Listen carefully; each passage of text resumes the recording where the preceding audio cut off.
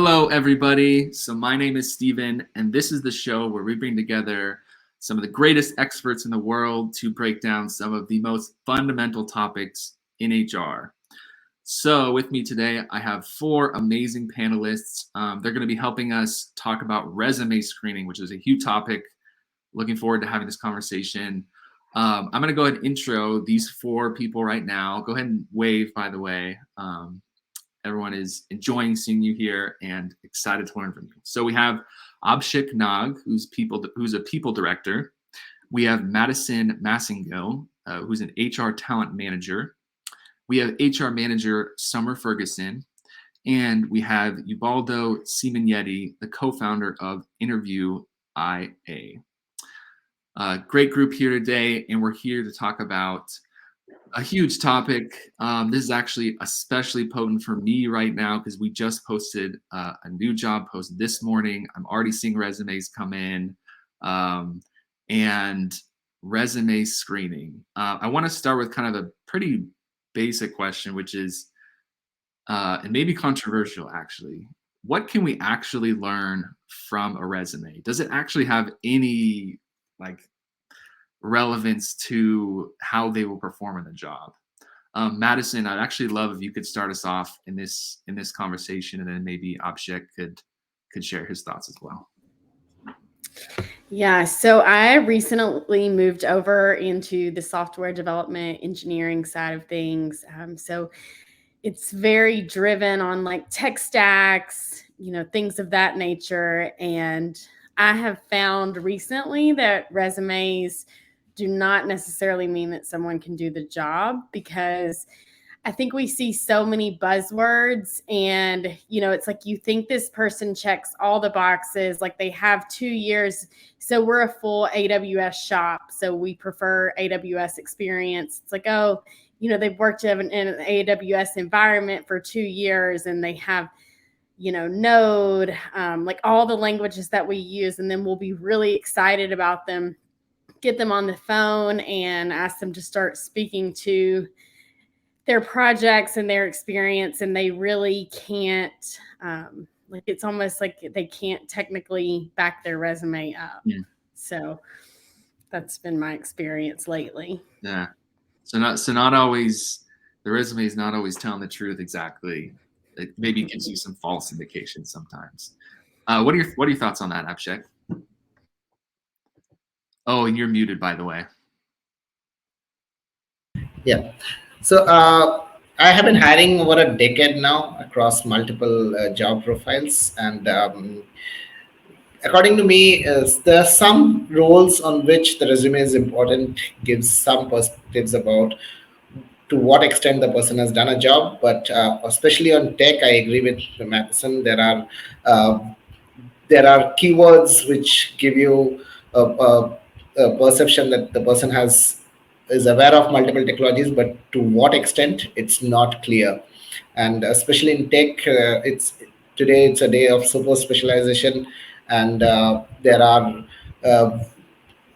is hardly anything to distinguish on a level of somebody's acumen on coding or testing or any of those aspects from a resume. So any further checks on in terms of assessment is what I feel is required. But resume does not give a complete picture. Whereas there are certain other roles, like a functional role in, let's say, a leadership role, or functional role in HR or marketing or otherwise. At least it gives a good picture of what extent the person has done the job and what kind of roles that they have played. I'll give an example. We were hiring for a compensation benefits and manager, and that is a very specific CV and requirement.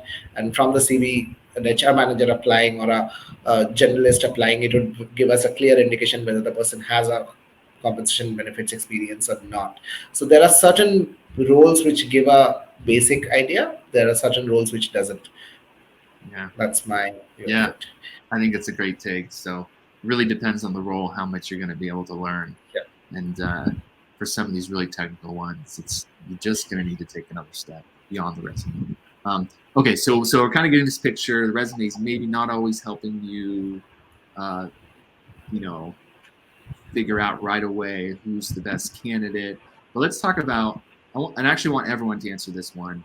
So what do you personally look for on resumes? And again, like Abhishek said, maybe it depends on the role you're trying to hire for, but Summer, maybe you could start us off on this one, and then Ubaldo, we can go to you next, and then Abhishek, and then Madison. What is what do you personally look for on resumes? So I look for overall how it's formatted, the professionalism, look for experience, the time that they've been in a position. Do they have lateral movement or upward movement? What does that look like? Also, the buzzwords are a big thing, keywords of what the skill sets are that the individual has done. I think the education is important as well. So if you have a position where you are requiring a degree, so to say, then it's important to make sure that you're looking for what their skill set is in education level. Yeah, great insights there. Ubaldo, what about you? What's your personal process? What are you looking for?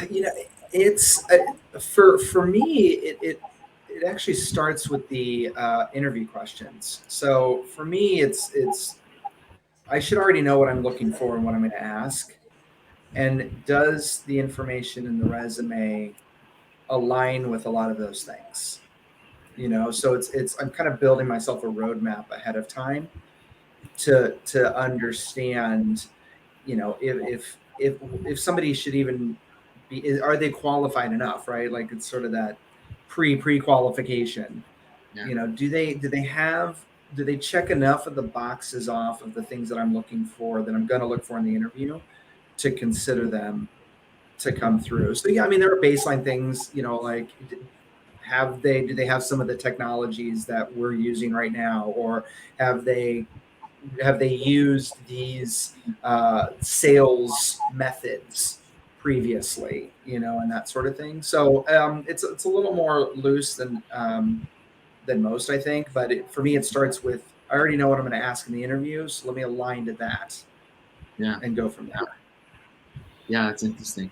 Before we move on to Abhishek, I want to just quickly flash. We got Steven in the comments. Again, format can show that they are serious about the application. I liked your comment there. So, Yeah. Abhishek, let's go over to you. What are the green lights you're looking for in a resume? So I'll use a metaphor here. To me, a resume is a trailer for a movie that you're looking to experience during the interview. So if the trailer is exciting enough, I'm going to go and watch the movie, which is called for an interview. So essentially, does it stand out? Is what I look for. That I agree with what Sapu said earlier about the formats, and all those are pretty important for me to see how much it matches and to the job requirement. But does it stand out on a pool of resumes that I'm looking at? Probably spending a minute or two on every resume. Does it make its mark for me to continue ahead and spend a little more time? Yeah. Like that. Great metaphor. Madison, what about you? What do you look for in these resumes? Yeah, so I feel like the hiring market has changed so much, like during the pandemic, and especially being in tech. So a lot of times people that are applying, they do like LinkedIn Easy Apply. So a lot of them aren't attaching their resume. And 6 months ago, hiring managers would have like said that was a no-go, but now these people in tech are in such high demand that it's easier to look over things that you wouldn't look over, a year ago even. So we have a software engineer that joined us that was only in his previous role for a couple of months, and we liked his skill set so much and needed him to be a part of the team and the things he brought to the table. We're like, okay, what are you looking for to make a move? Just because we wanted him on our team. Whereas, I think a year ago, no hiring manager would have hired someone that was in a role for 4 months prior. But now it's kind of like we're pulling people out of places. We are overlooking things like not having a resume and only having a LinkedIn profile. So it's really changed a lot, and the climate of hiring has changed a lot. That's a really great observation, Madison. And I think you bring up something there where it's like you're talking about overlooking things right now because it's just the job seekers market. We kind of have to give them a little bit of. Stefan, I just want to add something there. While I do filter resumes, I don't generally screen them out. I always stack rank them in order so that there's a list 1, list 2, and list 3 and 4 like that, so that there is essentially not outrightly rejecting someone. Yeah, that's really interesting. I want to come back to that in a second and go a little bit more into like how do you advance or not advance certain people. But before we go there, I want to hone in a little bit more on what Madison was talking about there in terms of like she had to overlook somebody who was essentially job hopping, right? Like what are the red flags that can be on a resume that sometimes you might not see, or in Madison's case, maybe they had to kind of like not think about right away at the resume phase. But because some of the common ones I hear, job hopping, career, like gaps between jobs. I won't say that these are all red flags, but like what are some of the red flags you look for? Ubaldo, maybe you have some thoughts on that, and then Summer as well. That's an interesting question. Because that's where I think we were going to talk about biases and where biases kind of come into play in this process, and I feel like that looking at for red flags is just really driven by my own personal biases as opposed to hold on a second, don't let him out. Sorry, they were letting dogs out. This is live Zoom. But yeah, for me it's really focused on again kind of tying back to the things. I don't know. It's a hard question. It's a hard question for me to ask because a lot of it's often based on my own biases, and it's I've got to almost check myself first. But format and things. And if there's like literally not a direct connect to the job, like why are you applying? So maybe that's like the biggest red flag of what I'm looking for is why did this person even apply? Yeah, that's a great one. Yeah, I love where you're going with biases there. Summer, what are your thoughts? I agree. It's things have changed a ton. Recruiting over 15 years ago, probably the first thing that I looked at was the time in a position. Where nowadays, especially with the fight for talent, literally people are headhunting and pulling people away from their current positions to come and join another team. And I think that is so critical in keeping that in mind. But I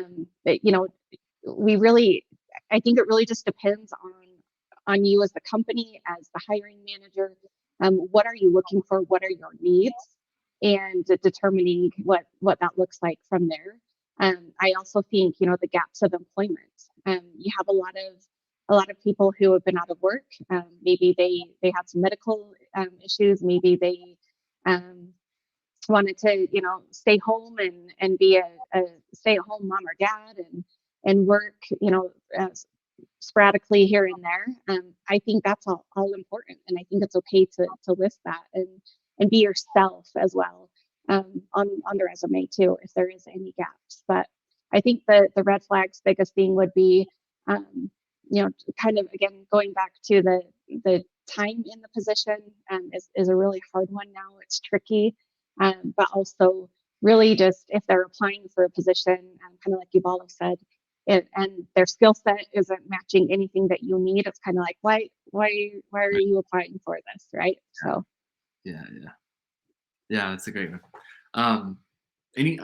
If we've already covered it, I like the conversation we had around like don't assume anything is a red flag. A lot of the times, like there are things going on in their lives or in the economy that their resume just may look a certain way, and that's okay. But I want to open this up just in case, Madison or Abhishek, that you have a personal red flag that you like to avoid and you want to hop in and share.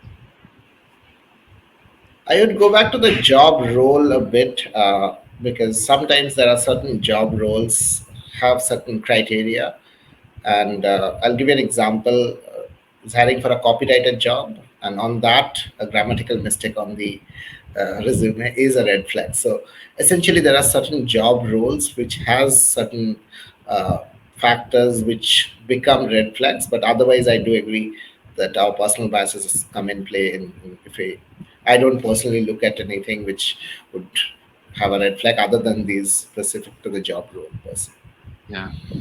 Yeah. Okay. Awesome. Well, we've brought it up a few times now. The word bias, personal bias. As you're looking at these resumes, that's got to be a big factor. I know there are studies out there that share that certain names or pictures or maybe geographies, all of these things are affecting the way that you see a person's resume, whether you know it or not. So I love thoughts from anyone who'd like to share, but maybe Madison, you could start us off, and Ubaldo, I know that you kind of brought this topic up initially, maybe have some thoughts as well, but how do we get these out of the way? How do we get these biases out of the way? Yeah, so I think it's a challenging thing to do. I would say, kind of like Ubaldo said, the biggest thing for me is people that are applying that do not meet the job criteria. And I don't really think that's a bias that can be pushed out of the way. I know that, I mean, LinkedIn is just a wild place. There's career influencers, there's career coaches, and everyone says, oh, if you meet 50% of the qualifications, go ahead and apply. And I agree that there needs to be room for upward mobility. And, maybe that sweet spot is like meeting 75% of the qualifications. But someone, I don't remember who it was, but they basically compared it to like an EMT job description. And if you meet 50% of, basically anyone would meet 50% of the job requirements. And we wouldn't necessarily want them to be a paramedic. So I think that, job fit is a bias that can't really be pushed away. But another one that I think we're all seeing, like Summer touched on, is career gaps. And I think we have to be more forgiving and with those types of things, because the pandemic, so many people stayed home, or they were a caretaker, or they may have lost a loved one recently.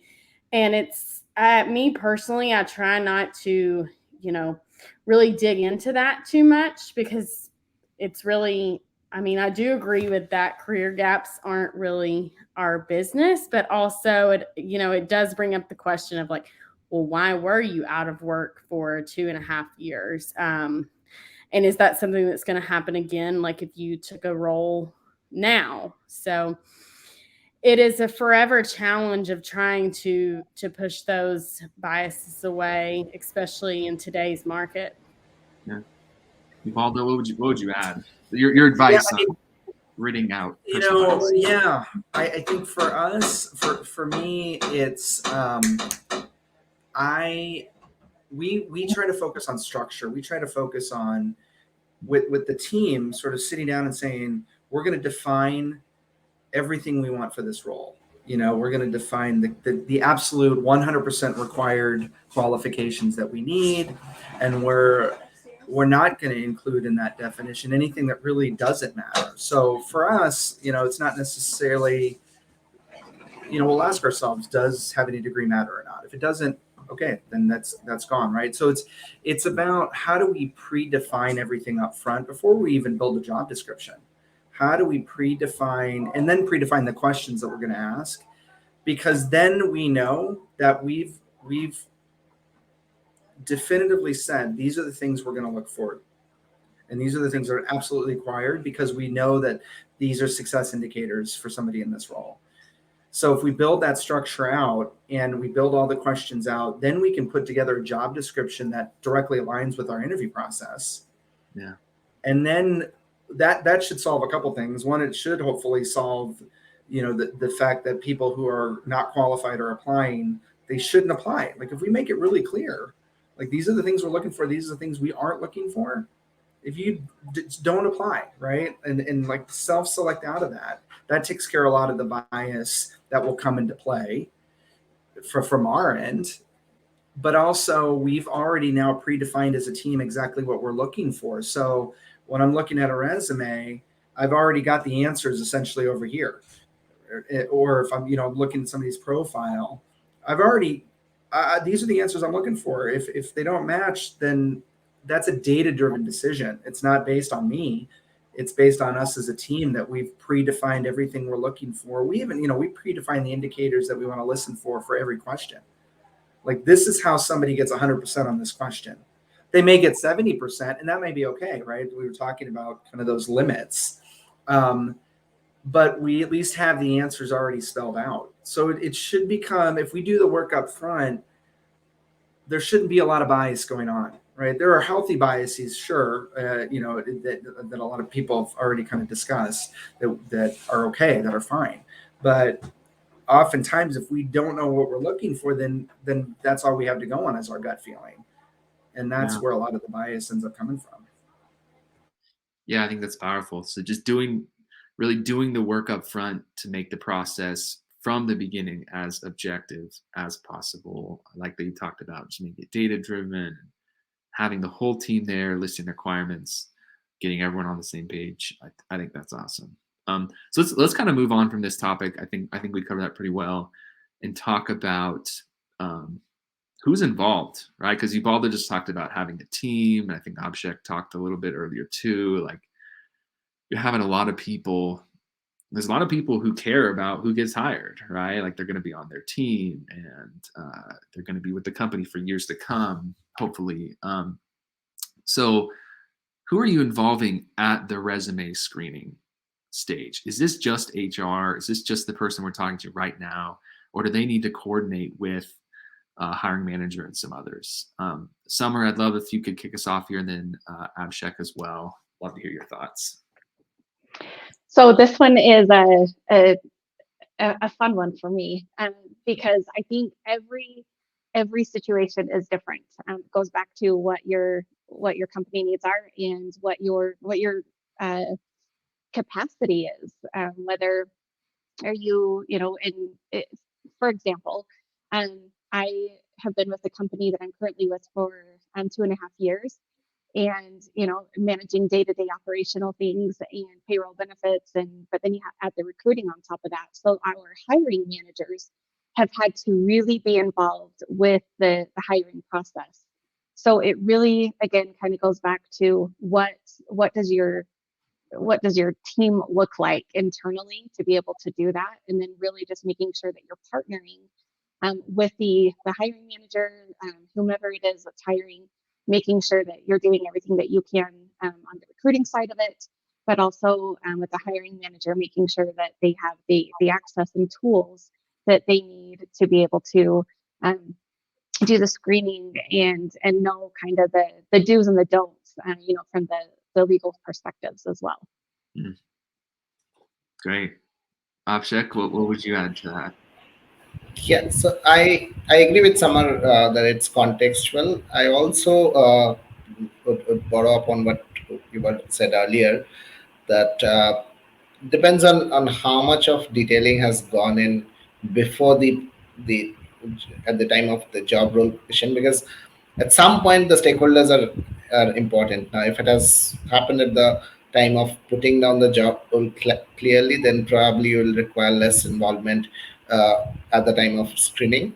And also depends on how high stake the role is. There are certain roles which are easy to filter, and therefore we may not require, but there are certain leadership roles that I generally hire where sometimes we it's not directly clear, and we discuss and deliberate with the group of CVs together with multiple people, or sometimes when we have calibrated it and we're on the same page, one of us can just go ahead and take the decision.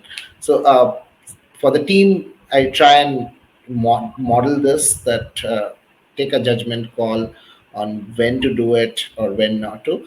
But the stakeholder involvement is necessary, whether at pre-stage or at at the resume screening stage. Yeah, great insight. To just be strategic about when you bring them in. Yeah. Well, there's another potential partner in this whole process that we haven't talked about that I want to address now, and that is automation and software, right? Partnering with, maybe you're not bringing internal people in, but you have this software that's screening all the resumes, or what have you, and doing some specific tasks that make it easier if you're getting tons of applicants in. So I want to talk about that and hear people's different thoughts on this, and some software maybe that they like to use, and I want to get to all that. But Madison, I'd love to just start with you and just hear your thoughts in general around bringing automation into the resume screening process. Is that generally a good thing, bad thing, things to look out for? Or what are your thoughts? So I have personally not had a ton of luck with bringing automation into resume screening, because there's things like if you have LinkedIn Recruiter and LinkedIn job postings, you can essentially like hide applicants and auto reject them if they don't meet screening questions. And then I've went back and looked at some of the applicants, because it's like, it'll say I have 42 applicants, but only 3 of them are there. And LinkedIn has, like, even though it was based on questions that I put into place, maybe the applicant didn't know how to correctly answer the question, or whatever the case is, qualified applicants were screened out, which is not a good thing. And, I've never really found, automating it to be that helpful. And I know there's a ton of people that are like, oh, beat the ATS. The fact is, most talent management and corporate recruiters, we are like screening resumes ourselves and sending them out. Where automation can be helpful is kind of like the automatic rejection notifications. Once you actually review a resume and see that they're not a good fit, to put them in a bucket, to have like an automatic, thank you for your application, that type of thing. But I don't think automation is a great thing for, talent management and recruiting. Yeah, great thoughts there. Let me open it up to everyone now. Like, if you're using a specific software or have experience with automation, I'd love you can just hop in and share it. And I see you, Baldo, you're unmuted, so tell us. I wanted to I agree with Madison. Like, I think that you got to be careful, because there's a lot of AI driven tech out there that oftentimes introduces more bias or just postpones bias. And so I understand that in the short term, you're trying to solve a bandwidth issue, but you end up doing more harm than good. So I think you have to be really smart about what technology can absolutely help. No question, right? Like, we're human, and there's only so much we can do as human beings. But back again to Madison's point, like, this should be a human-centric process. And so I think you just have to be smart about what technology you put in. I think, selfishly, like, InterviewIA is an interview collaboration platform. You can, if you're looking to save time overall throughout the process, look where you can use technology to save that time for you, so that you can focus more on the human aspects of this. And so thinking about it in that way, like, if we can save half our time by having a very repeatable interview process, or a screening process, different assessments, right? Like, things like that, and having a way to look at all the data in one place, and real-time documentation, right? I think half the time we're trying to get all notes and things from interviewers and different spreadsheets and all that kind of stuff. I mean, that's why, like, we could have one place where all that's kept in real time, and then you avoid, relying on an interviewer's memory and their biases, because now they're writing notes down a week after the interview even occurred. Like, the only thing we're going to remember is, did I like the person or not? And so I think you have to have a strategy in place, as opposed to just throwing something in there as a Band-Aid. But yeah, I agree. There's not a lot of places where I feel like automation helps in the long run. Yeah.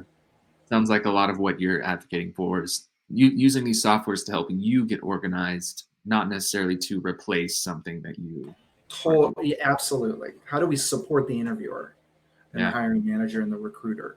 Like those are people who haven't necessarily been given like the training or the support that they've needed since interviews have been a thing.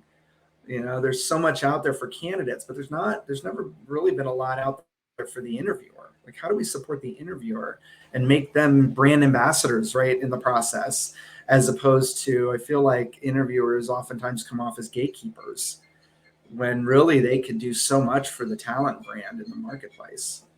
Yeah, definitely. I think we've got a lot on that subject pretty well, but I just want to make sure, Abhishek or Summer, if there is a tool you want to plug, if there's just something that's helped you so much or some automation that you feel strongly about, either way, I want to give you the opportunity to chime in. If not, totally okay, but you're welcome to. I was going to say automation is great, but it also depends. So, and kind of like what Madison said, for example, on LinkedIn Recruiter, you have the certain knockout questions that you can add. But I have found that sometimes people are knocked out when they really shouldn't have been. But when we are all strapped for time and we're all struggling to just get the job done, it can be helpful. So it's really just kind of the different perspective of it, because if you end up with 100 applicants, let's say, and 20 of them were knocked out, but you go through the other 80 applicants and you find your person, that's great. It really just kind of depends on the workload too. Yeah. I just build up on what Sama said. It's a necessary tool to delegate certain of the routine tasks, and it's definitely helpful for someone strapped of time. And the way I feel anybody can use it is at least stack rank the resumes to a certain degree, which may or may not be very accurate, and the machine can learn over a period of time. But at least stack ranking them with a relevancy match can help you go through the resumes in an order that's more relevant for you, and that something is definitely useful for someone who is short of time. So I feel there is a value addition, but it's not where you can delegate the decision making to a machine, for sure. Yeah, don't let them make the decisions. I like that. Yeah, careful. One day they'll be too smart and they'll overpower us, right? That's the fear. Just kidding. So I want to go over quickly. Go ahead, Abhishek. Yeah. There are texts today. There are video interviews. There are screenings which are happening on how you smile and how you say. But I'm not a very fan of those personally. So. Yeah, they're out there. So I want to go over with each of you now some quick scenarios. So this is going to be like a little bit quick here. We'll just have one person answer each one. We'll just really be on our toes and have fun with this, right? So let's say the resume screening process is done and you have a list of candidates who can be advanced to the next stage. What do you do next? Right, you have your list of candidates. What's the next step for them, communication wise, internally, externally? Madison, what are you doing with this list of people who have passed the resume screen? Yeah, so in a perfect world, the way that I prefer to work is like getting batches of candidates. So like having a week of screenings, and then at the end of the week, what I would do is if there was a list of people that were going to the next round, I would compile them all into an email and send those over to the managers, just for ease of use. Put everyone's resume, put their brief summary, and the things that the team needs to know, like salary. Location doesn't matter for us because we're remote, but that's the way that I prefer to do things, is keep everyone together in the process. And then, it works really well because it's like, then you have, say, 10 people that are interviewing with the management team over a week. You can send all the offers out by Friday. It's typically not the way it works, though, because you typically have candidates in every stage of the process at all times. But that is the most organized way to work, is, bringing people in groups. Yeah. Perfect. Okay. Doing batches, connecting them with the hiring manager. Lots of good points there. Abhishek, I want to give you this next one just because you talked about stack ranking candidates. So let's say 100 different candidates have passed the resume screening process, right? They're stacked ranking. You have a list of 100. How many of these people are you actually going to give to a phone screen or some other kind of interview? Say that again, please. I lost you in the last few. So if you had 100 people who applied, they all passed the resume screen. Are you just taking the top 10, the top 5? Who is going on to the next stage? Are they all going to the next stage? Okay. So our current process, what you follow, and I used to do it in the previously also.